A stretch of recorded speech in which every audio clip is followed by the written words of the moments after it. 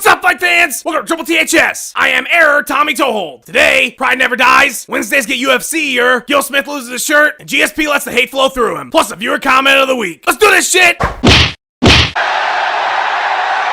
Here's Vandy. The UFC headed to Japan this weekend for the second time since going Bane on Pride, and stacked the card with legends of soccer kicks past. The main event saw the artist formerly known as Vanderlei Silva take on Golden Age Superman in what turned out to be the wildest fight I've seen since Griffin v. Chicken. Vandy's axe murder has been more axe-aggravated assault in recent years, but the Brazilian legend sharpened his blade and dropped the business into Brian Stan's dome on Saturday night. Both fighters left all their fucks at home, as round one was home run derby with Stan and Silva going yard a few times each. When round two started, both men circled each other for a minute as if to say, what the fuck just happened? Then things got back to the deadly art of YOLO fighting, with Leroy Jenkins knuckleball like haymakers connecting with Stan's grill and putting him to bed for the night. After the win, the Japanese crowd lost their fucking minds, and Silver was awarded with an oversized trophy and laser light show. Just kidding, he was given an extra $100,000 because that makes more sense. With the win, it's still uncertain if Vandy will go the way of the Cowboy, or Brett Favre this thing out until it gets more awkward than a Forrest Griffin interview. Congrats on the big win. You gonna keep this up, or maybe retire on a high note?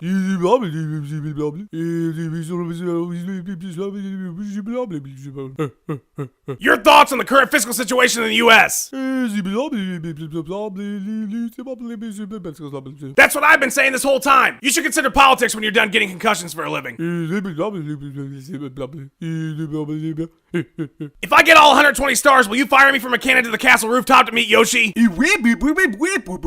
Sweet. The rest of Pride 36 is filled with kooky judges, split decisions, and a lack of adorable fuzzy pin translator lady that is completely unjustifiable. Bruce Leroy found the glow in his win over the Shogun of South Korea. Mr. Tate won the first two rounds of his fight, then decided to cruise in the third while admiring strawberry shortcake. But surprise, the judges said fuck your couch and gave the split to Takeo Mizugaki, who then cried for the next 6 to 7 hours, flooding the streets of Tokyo and awakening Godzilla. Hyung Kim showed CR Bahadrzada why they call him Dong by resting his nuts on CR's chest while pummeling him from the mount for 15 minutes, marking the 27,000th loss for the Black Zillions since forming before World War I. Ronnie Yaya won his fight with superior grappling and a name that is more fun to say than Mufasa. Hector Lombard's T-Rex arms failed him in a loss over Yushin Okami that one judge scored shit-tarded 28 for the Kubazi. And Diego Sanchez won his bout by losing to Takagomi. That brought us to the co-main, where Slenderman took on the only Kiwi who wasn't in Lord of the Rings, Mark Hunt. The fight was back and forth in the first 2 rounds, leading both men to lumber around the octagon like Paulie at the beginning of Rocky 3. In the third, Struve came to the conclusion that 2 jaws is better than 1 and used the tank defense until Hunt landed a shot that dropped the Dutchman. After connecting, Hunt walked away from the punch like an action movie explosion, and all parties agreed that this shit was over. The victory gives the Super Samoan the longest active winning streak in the division, prompting a rally for Mark Hunt to take on David Tua for a rematch with Frankie Edgar. Congratulations on the big win, Mark. I've got so much to ask you, so forgive me if I'm long-winded here. How does it feel to have this huge resurgence in your career? Do you feel like you should be getting some top 5 fights with this win? And who do you think you best match up with at the top of the division? More importantly, how much is left in the tank at 38 years old?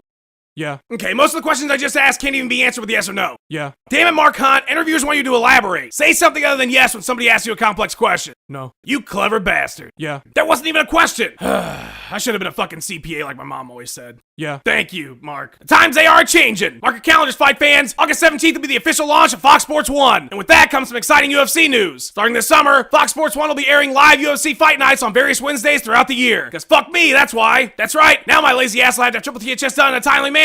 Otherwise, I'll risk losing my audience of fight fans to actual fights. In addition to Wednesday night fight cards, flagship show UFC Tonight will be making the move to Fox Sports 1, which used to be Speed, but fuck you, race cars. We've got cooler shit to do than watch you turn left for 6 hours. I believe Fuel TV will be taken behind the woodshed and shot, but resurrected as Fox Sports 2. So we're gonna get more UFC programming than you can shake a Jay Glazer at. Big news, Dana. Congratulations. Thanks for stealing my day of the week. Fuck you, Tommy. We don't work around your schedule. If you don't fucking like Wednesday night fights, I don't think you're a person that should exist anymore. Go watch Bellator with the rest of your communist friends. Hey, now I'm psyched about midweek fights. Just pissed that I have some competition. Yeah, well, this is America. You're gonna have competition. No matter how many fucking internet cartoon MMA comedians you buy out, another one's always gonna pop up and be funded by fucking Viacom. Yeah, there's not that many of us out there. Fox Sports 1 means more UFC and a bigger audience. Where do you see things going from here? The sky is the limit, Tommy. Literally. We're gonna start holding events in Cloud City. I'm on my way to lunch with Billy D. Williams right now to talk about getting sanctioned. Alright, just be careful. I wouldn't trust that guy if I were you. Spoiler alert! If you don't want to know what happened on The Ultimate Fighter last night, stop what you're doing and head for the boat to the mainland now. The show kicked off with a hooterific night for the guys, where Gil Smith lost his shirt because that's what Gil Smith does. Uriah Hall's got spin spinning kicks on the brain and has been unable to sleep very well, while Adam Sell has been sleeping like a vegetable ever since a spinning kick to the brain. Josh Salmon headed to the hospital to get his leg amputated, but after the doc took a peek, determined that they wouldn't need to go full pirate just yet. This week's matchup was Crash and Team Jones #1, Clint Hester. Jimmy Q Public is a wrestler, an officer, and a gentleman. His opponent, a street fighter turned boxer, and also a pretty nice guy. Hours before their bout, Jimmy and Clint were palling around like the two best friends that anyone could have, because as it turns out, you can like someone and compete against them in a sport. The bout was 7 minutes of Crash takedowns and Clint delivering endless shots to the dome, but the perseverance paid off for Team Darkside as Jimmy slipped in the RNC in the second. The last two guys left to scrap at the house are Zach Cummings from Team Chael and Taboo from the Black Eyed Peas. We also get the classic Coaches Challenge next week, this year involving heavy machinery. And Dana stops by for a twist that changes everything. My guess is it'll be that Bruce Willis was a ghost the whole time. Get your flashlights out, fight fans. Things are about to get dark. We're only 10 days away from the bout between Nick Diaz and Jean-Claude Van Damme, and I'm more jacked than a 90s pro wrestler on 4 Loko mixed with bath salts. It's the most anticipated bout since Vader v Skywalker, and a hilarious promo for the title fight has been running an endless loop on Fuel TV. It starts with scary music and Dana White looking like he just saw Roy Nelson naked. Then he proceeds to tell the press in attendance that GSP flipped out tonight. Cue the animals and the highlight reel. Already a solid promo, no doubt, but it takes the cake when the champ tells us we don't know how dark it gets inside his own head, which prompted the internet to collectively laugh their asses off, considering GSP is normally as dark as a Care Bear episode. Be careful, Tommy. My darkness might consume you if you get too close. I'll keep my distance. So tell us, George, how dark do you get before a fight? Things get almost too dark. You know those cart corrals at the grocery store? Yeah? Sometimes I don't push my cart into them all the way. I am so consumed by this darkness. You crazy son of a bitch, you. I know. Sometimes I look in the mirror and I'm not sure who I see anymore. In this state of mind, I am not impressed by anyone's performance, not even my own. Sounds pretty heavy. There are times when I'm training that I can hear the screams of dying Civil War veterans. Okay, that's kind of fucked up. Every time I close my eyes, I see a giant cobra with eyes of fire and clown makeup. He tells me to sacrifice a turtle in his honor and eat the heart to absorb his power. The fuck? Sometimes I'll pass a discarded squirrel or possum on the road and I'll pull over and stare at it for hours while listening to Wake Me Up Before You Go Go by Wham. Good God, George, you are fucking terrifying. I told you, Tommy. Now leave me before the darkness takes you too. Trust me, I will. Good luck next Saturday. Your comment time. Each week I ask you to give me feedback on the show, and in return I'm bombarded with an endless stream of profanities. This week's viewer comment comes to us from Brian Krosick, who said, I wish I could hijack a Klingon bird of prey, swing around the sun, and go back in time. It wouldn't be to save the whales, but to stop this show from happening. Or I could just jump ahead 6 months, since I can't imagine it going on too much longer. Yes, of all the possibilities, I would use the power of time travel to escape this show. When someone uses the technology that can stop wars or win in the lottery to get away from my show, you know you're doing something right. This show, fight fans! Tune in next Wednesday when I reenact this year's Oscar winners with Mark Munoz. Don't forget to swing by TripleTHS.com to pick up your very own shirt and submit a badass pic of yourself with my angry face across your chest. Take a picture as awesome as this one, and you might end up on the show. Follow me on Twitter for subtweets about subtweets. Like me on Facebook to see what my latest excuses for the show being late. Check out my YouTube channel for past shows and bonus content. Watch my buddy Cathal Pindred fight for the Cage Warrior welterweight strap this Saturday on MMA Junkie. And be sure to visit all my awesome friends who can say the alphabet backwards even when drunk. For everybody at Triple THS, I'm Tommy Toehold, and you were almost a Jill sandwich.